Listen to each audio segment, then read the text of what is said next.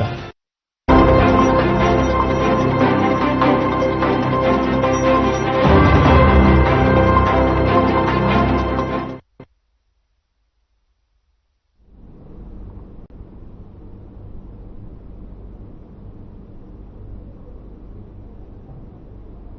नमस्कार, मैं हूं आपके साथ गौरव राजवेंद्र। बुलेटिन की शुरुआत करते हैं। मुख्यमंत्री योगी आदित्य ने जो है एफएसएल को लेकर जिस तरीके से मुख्यमंत्री योगी आदित्यनाथ ने जो लखनऊ से औरैया जाते समय मक्का की फसल का हवाई सर्वेक्षण किया है, तस्वीरें आपको दिखाते हैं।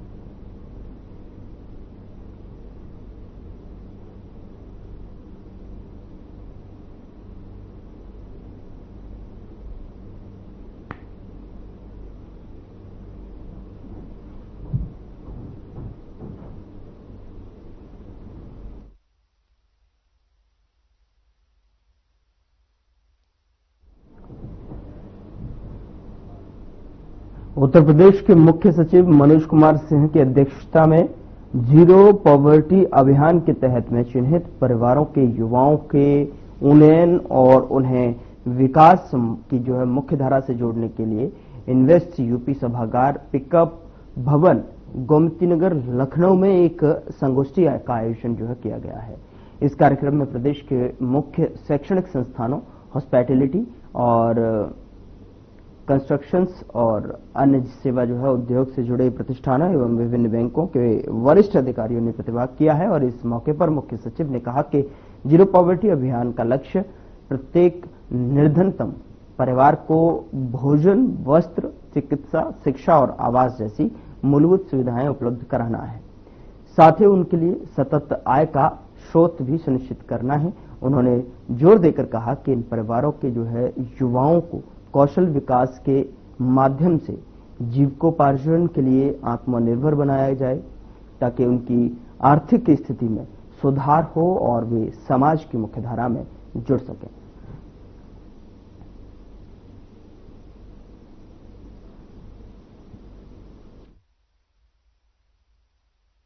जी हां, आपको बता दें कि लखनऊ में मनोज कुमार सिंह प्रमुख सचिव ने एक संगोष्ठी का आयोजन किया, जिस संगोष्ठी का मेन उद्देश्य ये था कि जितने भी जीरो पॉवर्टी के अंतर्गत परिवार आते हैं, उन सभी परिवार के युवाओं को रोजगार और विकास के साथ जोड़ना, उसके बारे में उन युवाओं को प्रेरित किया गया और साथ में बताया गया कि किस तरह से वो रोजगार के माध्यम से अपने आप को आत्मनिर्भर बना सकते हैं। वहीं साथ साथ आपको बता दें कि संगोष्ठी में कई बड़े वरिष्ठ अधिकारी भी शामिल हुए।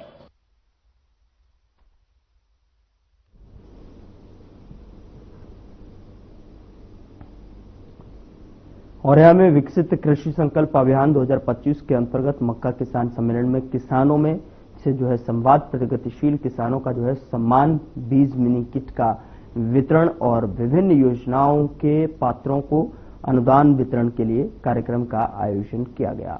साथ ही आपको बता दें कि जिसमें मुख्यमंत्री योगी आदित्यनाथ शामिल हुए और साथ ही सीएम योगी ने कार्यक्रम को भी संबोधित किया। यहां के सभी अन्नदाता किसान बहन और भाइयों, मैं सबसे पहले आदरणीय प्रधानमंत्री श्री नरेंद्र मोदी जी के विजन के अनुरूप विकसित भारत की परिकल्पना को साकार करने के लिए विकसित कृषि संकल्प अभियान की इस कड़ी के लिए उनका हृदय से आभार व्यक्त करते हुए आप सभी अन्नदाता किसान बहन और भाइयों का मैं स्वागत करता हूं, अभिनंदन करता हूं। मैं धन्यवाद देता हूं कृषि विभाग को केंद्र और राज्य सरकार की डबल इंजन की सरकार ने पहली बार आईसीआर के लैब में बैठे हुए किसानों को, कृषि वैज्ञानिकों को, आईसीआर के वरिष्ठ वैज्ञानिकों को, कृषि विश्वविद्यालयों में बैठे हुए विश्वविद्यालय के वरिष्ठ प्राध्यापकों और कृषि वैज्ञानिकों को, देश भर में फैले हुए आईसीआर के केंद्र और कृषि विज्ञान केंद्र में जो वैज्ञानिक हैं, इन सभी को उनके केंद्रों से निकाल करके किसान के खेत तक भेजने का काम किया है।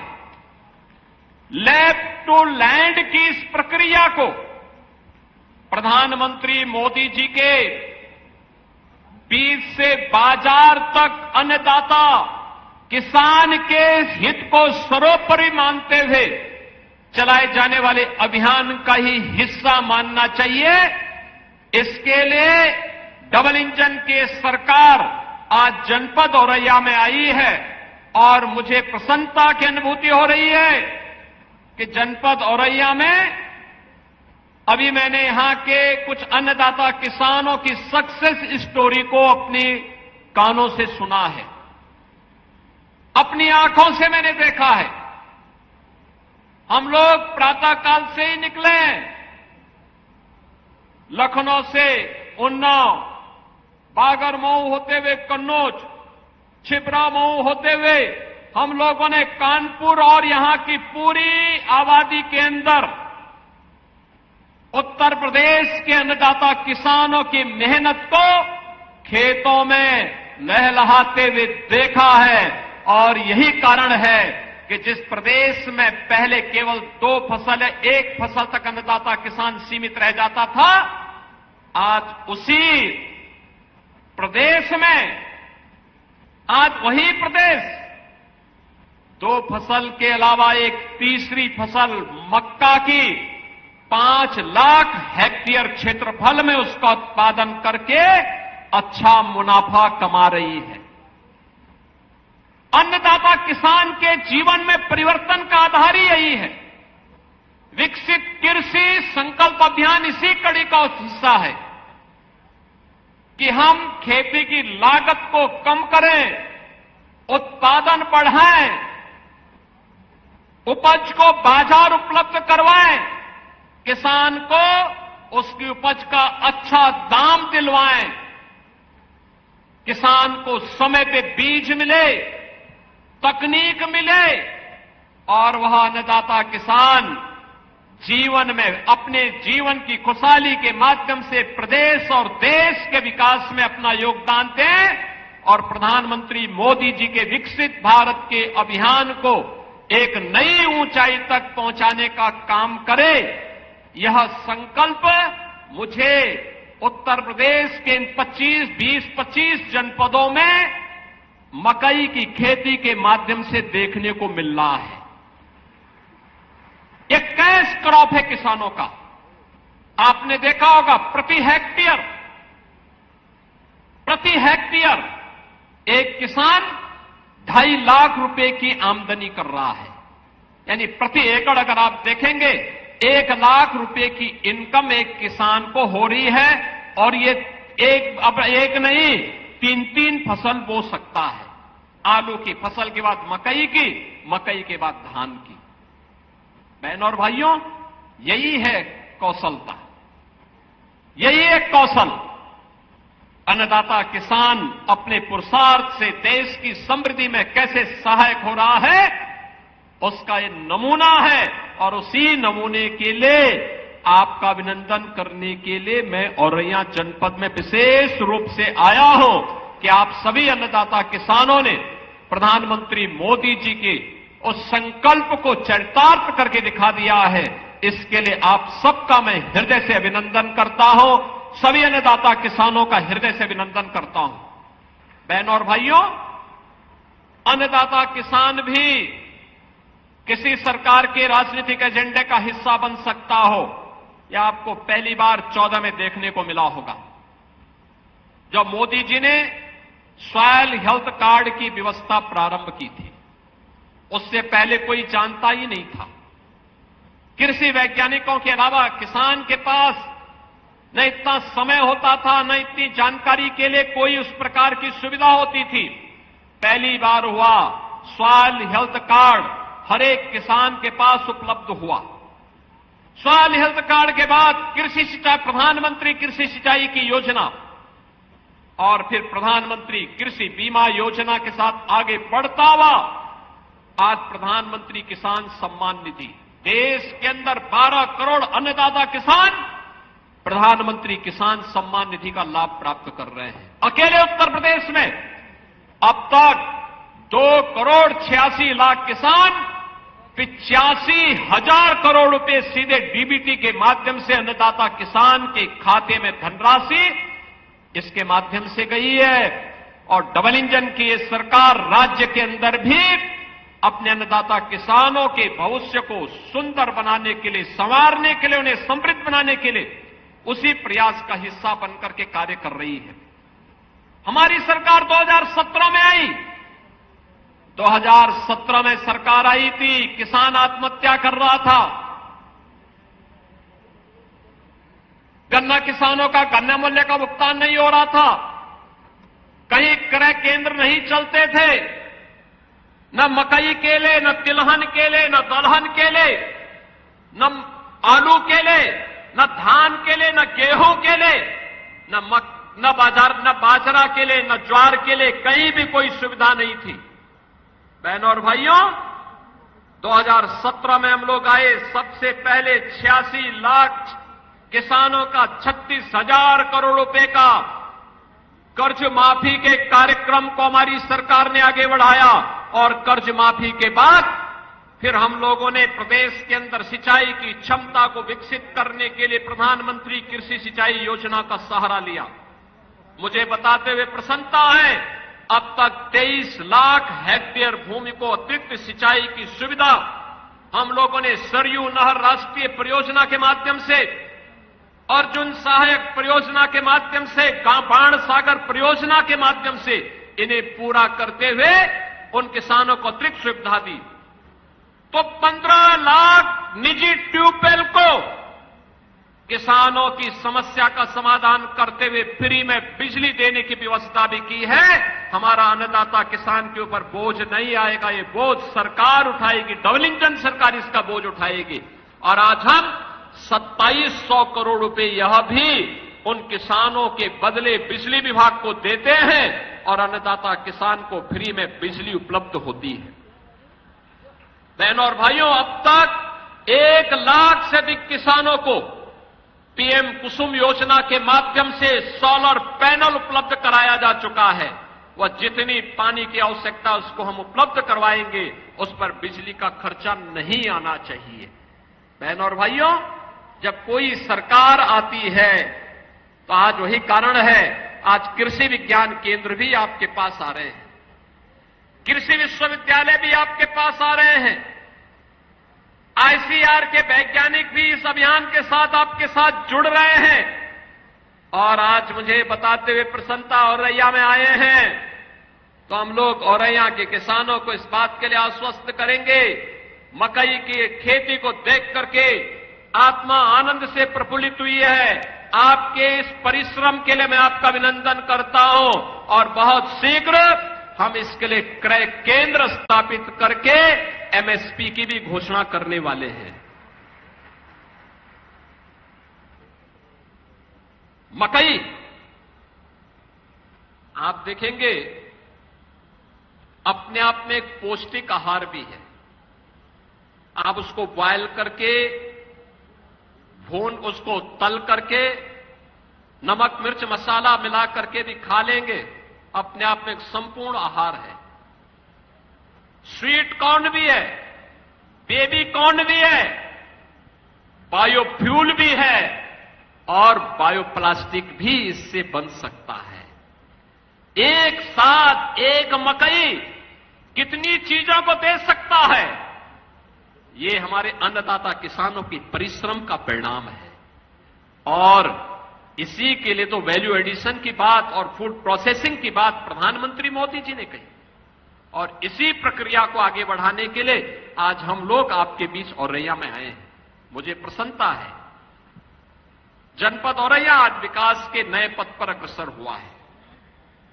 बहनों और भाइयों, जब मुझे औरैया जनपद में आने का अवसर प्राप्त हुआ, याद करिए पिछली सरकारें क्या करती थी, महापुरुषों का अपमान करती थी, जनता के साथ मक्कारी करती थी, और ये डबल इंजन की भाजपा की सरकार मक्का की खेती के उत्पादन को बढ़ाती है, महापुरुषों का सम्मान करने का काम करती है, और महापुरुषों के सम्मान का ही क्रम का हिस्सा है। औरैया में कोई मेडिकल कॉलेज के बारे में नहीं सोचा होगा।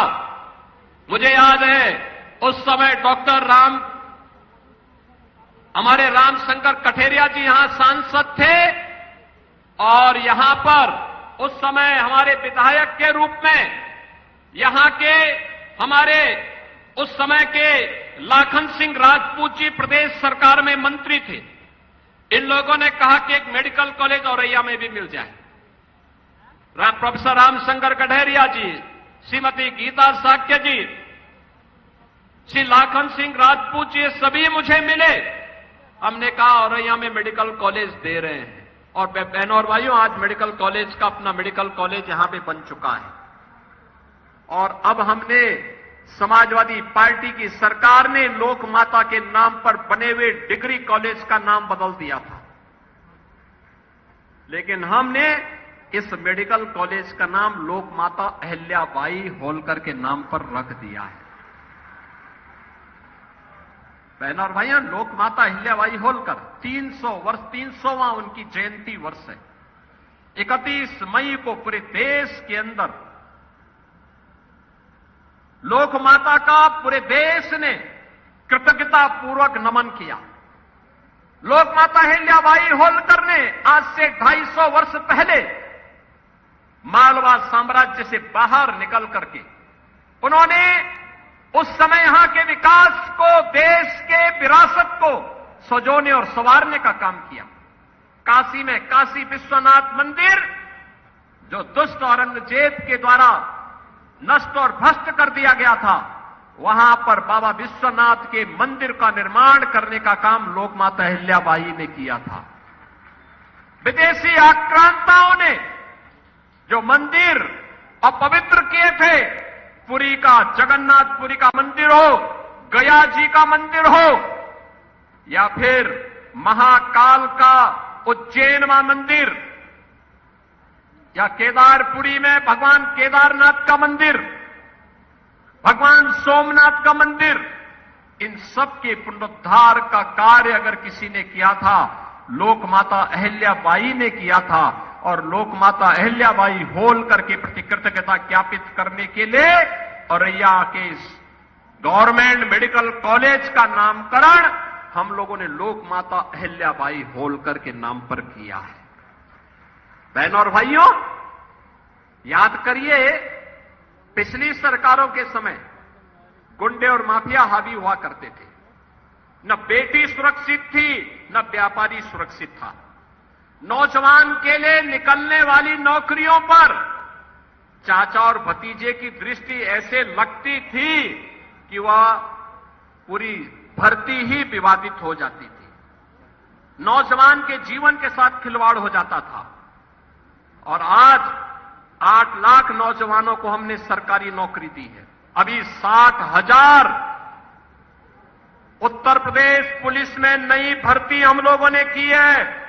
15 जून को देश के गृह मंत्री जी को बुला करके एक साथ उत्तर प्रदेश के 60,000 नौजवानों को उत्तर प्रदेश पुलिस बल का हिस्सा बना करके उनको नियुक्ति पत्र हम प्रदान करने वाले हैं। इतनी भर्ती कभी नहीं हुई। यानी अब तक मिलाकर 2,16,000 से अधिक भर्ती हम अकेले उत्तर प्रदेश पुलिस बल में कर चुके हैं। बहनों और भाइयों, ये तो हुआ कार्य पुलिस का।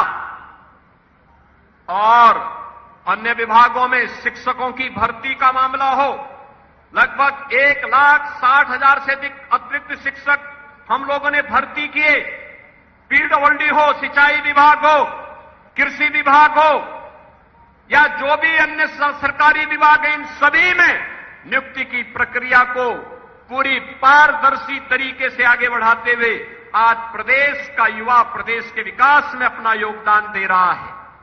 प्रदेश में कानून व्यवस्था की बेहतर स्थिति का परिणाम है आज यहां व्यवसाय बढ़ा है, व्यापार बढ़ा है, निवेश हुए हैं और निवेश और व्यापार का परिणाम है कि आज सरकार तेजी के साथ विकास के इन कार्यक्रमों को आगे बढ़ाने का कार्य कर रही है।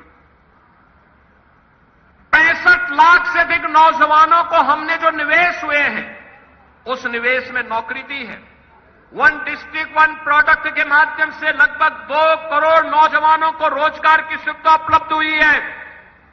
आज बेटी भी सुरक्षित है, व्यापारी भी सुरक्षित है। बेटी की सुरक्षा पे सेंध लगाने वाले को पता है कि अगर उसने कहीं सेंध लगाई तो अगले चौराहे पर फिर यमराज ही उसका इंतजार कर रहा होगा, उसके अलावा कोई दूसरा चारा नहीं है।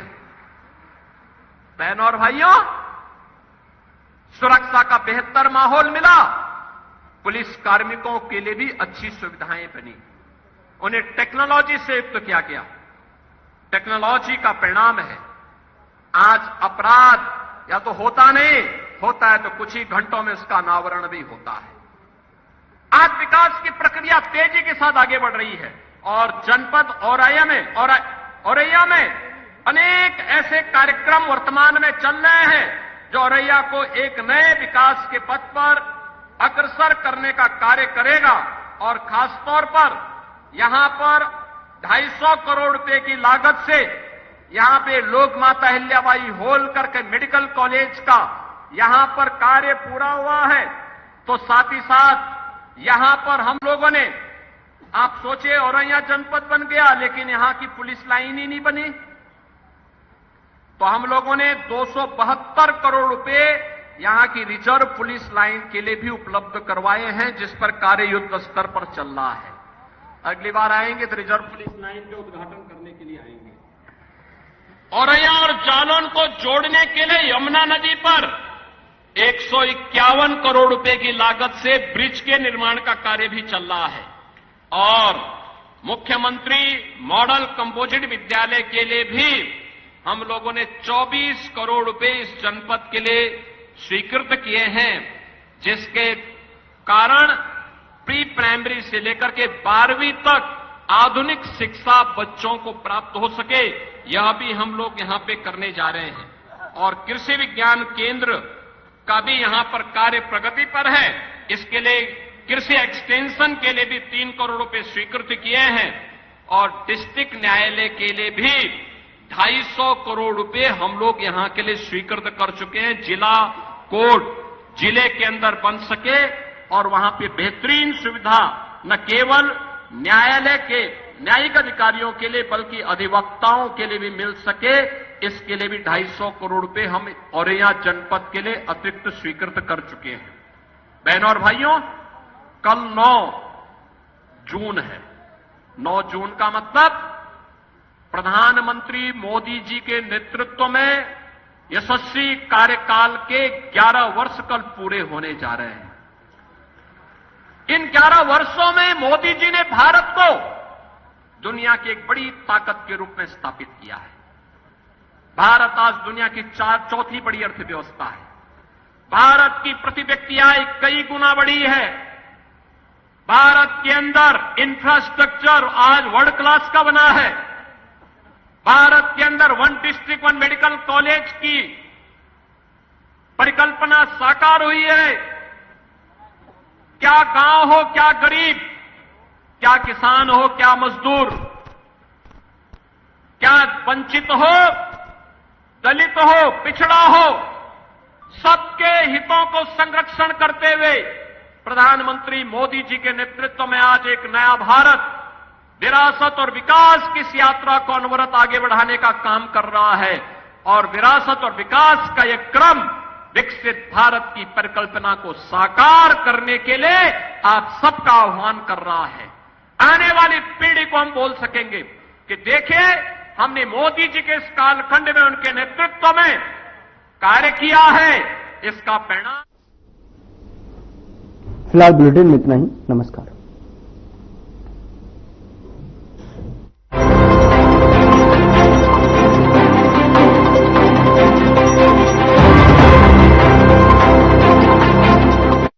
क्या रंग